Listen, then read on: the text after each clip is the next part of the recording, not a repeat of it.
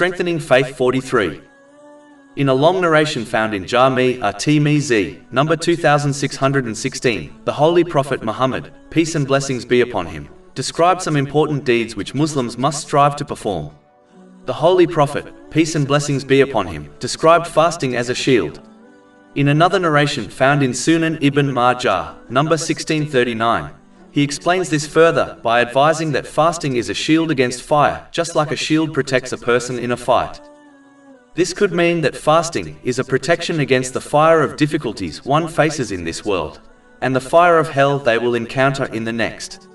In addition, fasting is a shield against the disobedience of Allah, the Exalted, as the Holy Quran has declared fasting a means to obtaining righteousness, and an aspect of this is refraining from the disobedience Allah, the Exalted.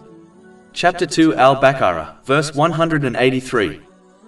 O you who have believed, decreed upon you is fasting as it was decreed upon those before you that you may become righteous.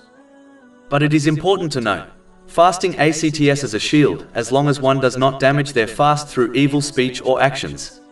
This has been indicated in a narration found in Sunan and Nasai, number 2235.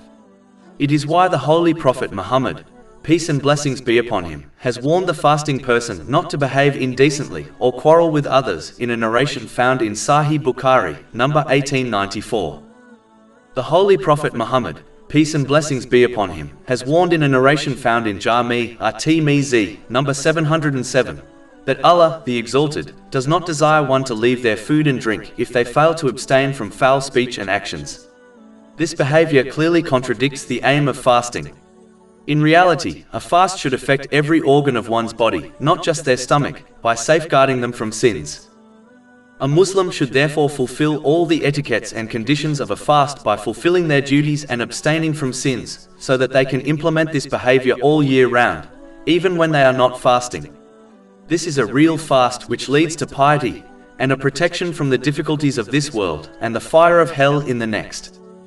The next thing mentioned in the main narration highlights the importance of the voluntary night prayer. This narration indicates that it erases sins just like charity does. The voluntary night prayer has countless virtues. For example, a narration found in Sunan and Nasai, number 1614, declares that it is the best voluntary prayer. The night is when Allah, the Exalted, descends to the heavens of this world, according to His infinite dignity, and invites people towards His forgiveness and mercy. This is confirmed in a narration found in Sahih Bukhari, number 6321. No one will have a rank higher on Judgment Day or in paradise than the Holy Prophet Muhammad, peace and blessings be upon him, and this rank has been directly connected to the night prayer. This shows that those who establish the night voluntary prayer will be blessed with the highest ranks in both worlds. Chapter 17 Al-Isra, verse 79. And from part of the night, pray with it, i.e., recitation of the Quran as additional worship for you. It is expected that your Lord will resurrect you to a praise station. All Muslims desire their supplications to be answered and their needs to be fulfilled.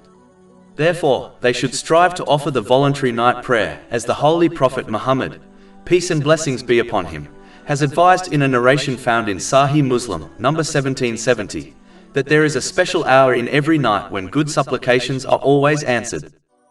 Establishing the night prayer is an excellent way to prevent one from committing sins, as it helps them to avoid pointless social gatherings, and it protects one from many physical illnesses also.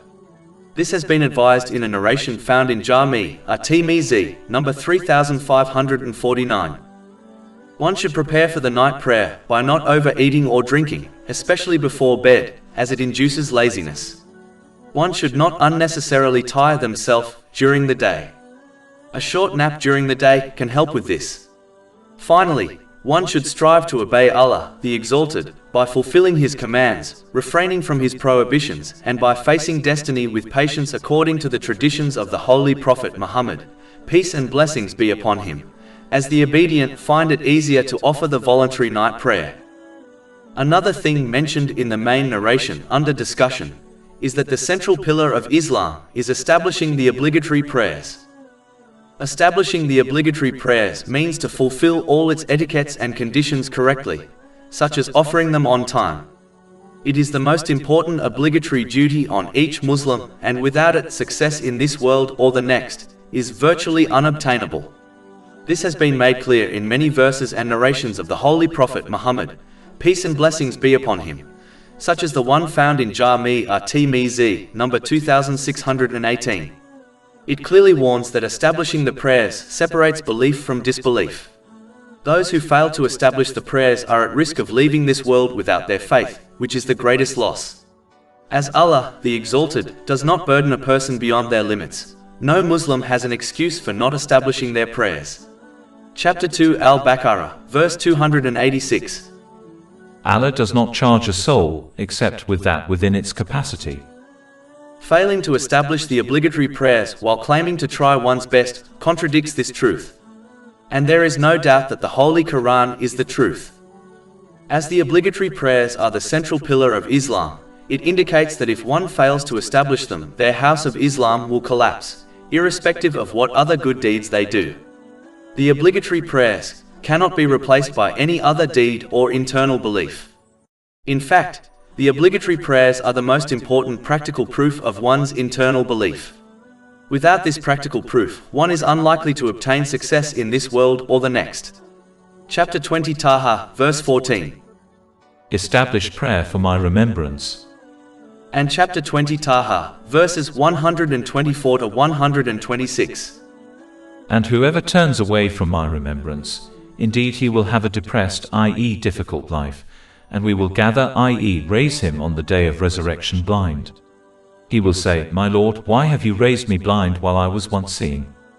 Allah will say, Thus did our signs come to you, and you forgot, i.e. disregarded them, and thus will you this day be forgotten. Over 400 free ebooks, audiobooks, infographics, podcasts and blogs available on our website, www.shaykhpod.com.